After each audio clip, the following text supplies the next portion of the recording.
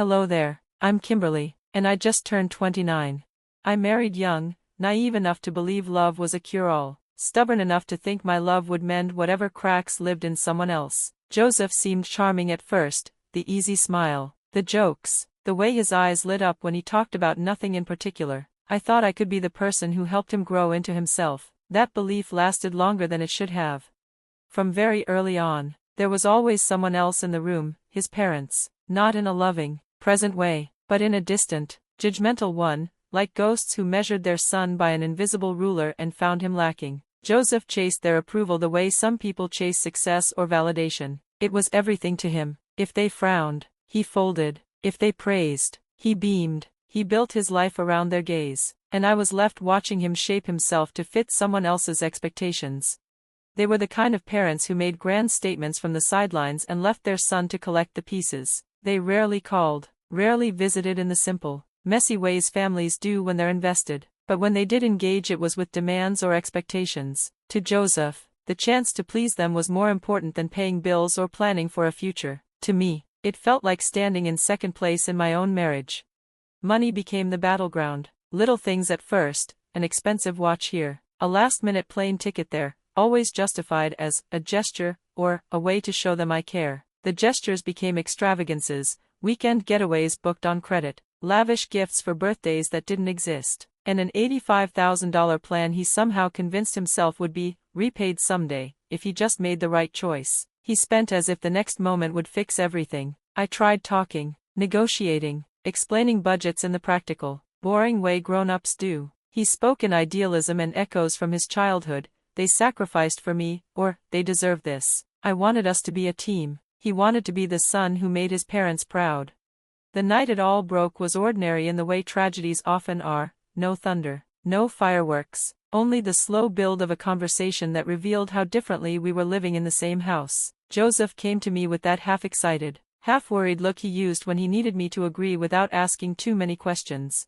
"I'm thinking of doing something big for my parents," he said. I could tell by his tone this wasn't a small plan. He talked fast, eyes flicking. "They're retiring. I want to surprise them with a trip, something incredible. I want to show them how much they mean to me." It should have been sweet. I tried to be gentle. "That could be nice, if it's within our means. We still need to think about our rent, future, my student loan. I don't have enough on my own," he interrupted, and I felt the familiar hollow in my chest open like a window in winter. "I want to use the savings." "All of it?" I asked, the words tasting sharp. He nodded, as though it were obvious.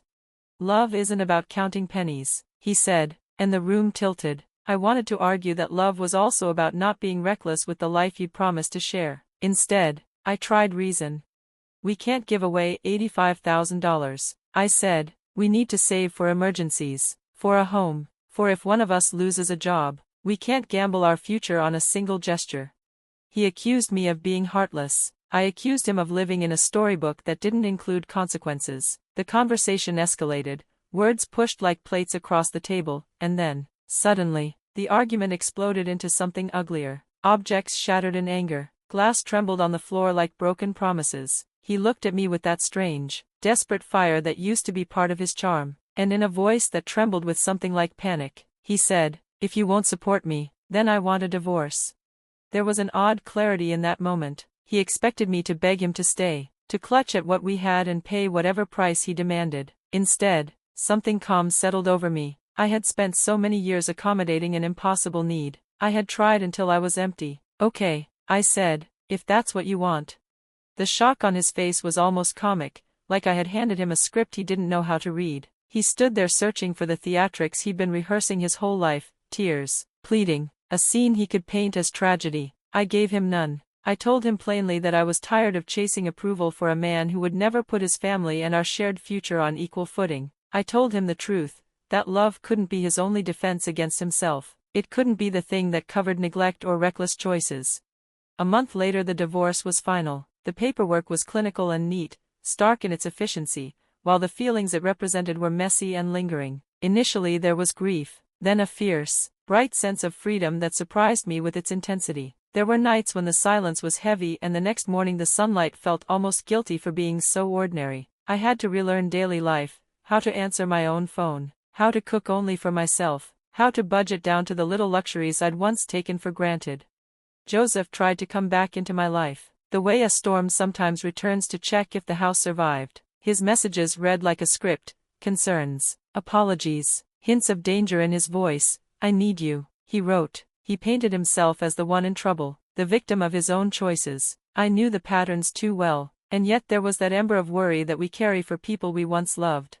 When he asked to meet at the little cafe where we used to go, I almost refused, but curiosity, and a thread of compassion that always hurts to hold, pulled me there. We sat across from one another, the steam from the coffee blurring the space between us. He looked smaller in daylight, the grandiosity stripped away. He spoke quickly, stories tumbling out, financial problems, a falling out with his parents, threats that sounded more like consequences than danger. For a moment, I let myself listen. But listening isn't the same as falling back in. I recognized the familiar dances, how he shifted blame, how he romanticized sacrifice, how he asked for my presence as proof of his worth. When he reached for my hand it felt intrusive, like someone trying to take back a ticket they had sold. I pulled back gently and said, "I'm glad you're okay, but I can't be the safety net you never wanted but always needed." He tried one last thing, a plaintive plea about changing, about learning to balance obligation with responsibility. I wanted to believe him, but there's a difference between promising and becoming. Change needs more than a cafe confession. It needs time, therapy, and choices made in daylight when no one's watching. I left the cafe with no dramatic closure, only a steady, small peace that I had not been fooled again. The real work began afterward, reclaiming myself. I reached for old friends I had neglected, investing in relationships that were reciprocal instead of draining. I took a pottery class on a whim and found there was something oddly healing about shaping clay, forcing imperfections into something intentional. I started tracking my finances carefully, learning to make plans that were mine, not tied to someone else's longing. I opened a small savings account marked just for freedom, a private, silly victory declaration that made me laugh when I checked it. Some days I struggled with loneliness and the sting of what-ifs, but every month brought small wins: a rent check paid without worry, a dinner with friends where laughter was loud and honest, a weekend spent exploring a part of the city I'd always ignored. Joseph's messages grew fewer. He would occasionally appear on my timeline like a memory in color, but the urge to answer diminished. I learned something vital in the quiet: liberation isn't loud. It's the slow return of appetite for the little things, books unfinished, music rediscovered, the audacity to plan again. It's waking up and realizing you can choose how your day goes, without someone else's approval as the barometer of your worth. So here I am, a month and a lifetime later, still sorting out the practical pieces of my life but moving forward with a steadier heart. I made mistakes, some avoidable, some not, but I don't regret choosing my own stability over a love that expected me to keep paying for someone else's approval. There are hard afternoons, yes, but there are also mornings where I wake up and feel the honest warmth of a life I'm building for myself. I didn't flinch. I leaned back in my chair, the leather sighing under me, and kept my face steady, calm, attentive, but absolutely in control. I wasn't there to be captivated by his theatrics. If he wanted my time, he'd have to earn it honestly. "Okay, Joseph, you've got my attention for now. What's this danger you've supposedly found yourself in? And just so we're clear, playing the hero isn't on my agenda anymore. I'm done cleaning up after your messes." My voice was cool, but not cruel. I wanted him to know I was listening without giving him power. He breathed out like a man who'd been holding his breath for months. Regret and panic warred across his face. For a second he looked smaller than I remembered, less swagger, more raw edges. That almost tugged at me, but I had learned to harden around old weaknesses. "I know I messed up, Kimberly," he began, "but this time it's different. I've gotten involved with the wrong people. I owe them money, a lot of money. They're not patient." I raised an eyebrow, unable to hide the skepticism. "Really, Joseph? Dangerous people? Are we retelling the chapters where your bad influence friends lead you into trouble?" A few heads glanced our way from the next tables. I gave a polite, automatic smile to the strangers and turned back to him. The hurt in his face deepened, like he'd expected more sympathy. "No, Kim, I'm not making this up. I'm in deep trouble. I don't know where else to go." "So let me guess, you spiraled after the divorce and now you owe someone who won't wait?" My words came sharper than I'd meant. Someone near us shuffled in their seat. "Was this about that trip? The one you spent our savings for?" He swallowed. "I borrowed money to cover it at first. Then, things got worse. I was promised a way out, and it failed. Now I'm $45,000 in the hole. 45,000. The number hit like a physical thing. I felt my jaw tighten. 45,000. Joseph, are you out of your mind? I hadn't intended to raise my voice, but the incredulity spilled out. People looked. One woman turned the page of her magazine extra loudly. Their attention didn't matter. What mattered was the pattern I'd known for years: reckless decision, performative remorse, a demand for rescue. He started to cry, silent, choked sobs that made his shoulders heave. It was a small, ugly sound that used to make me rush to comfort him. Not now, not like this. Joseph, calm down. This isn't a movie. What's going to happen if you don't pay them? I asked, forcing my voice to steady. Practical questions cut through melodrama. They always did. They said they'd hurt me if I don't. I'm scared, he whispered.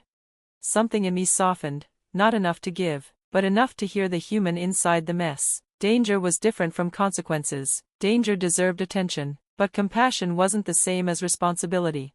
All right, start from the beginning, I said. Tell me everything.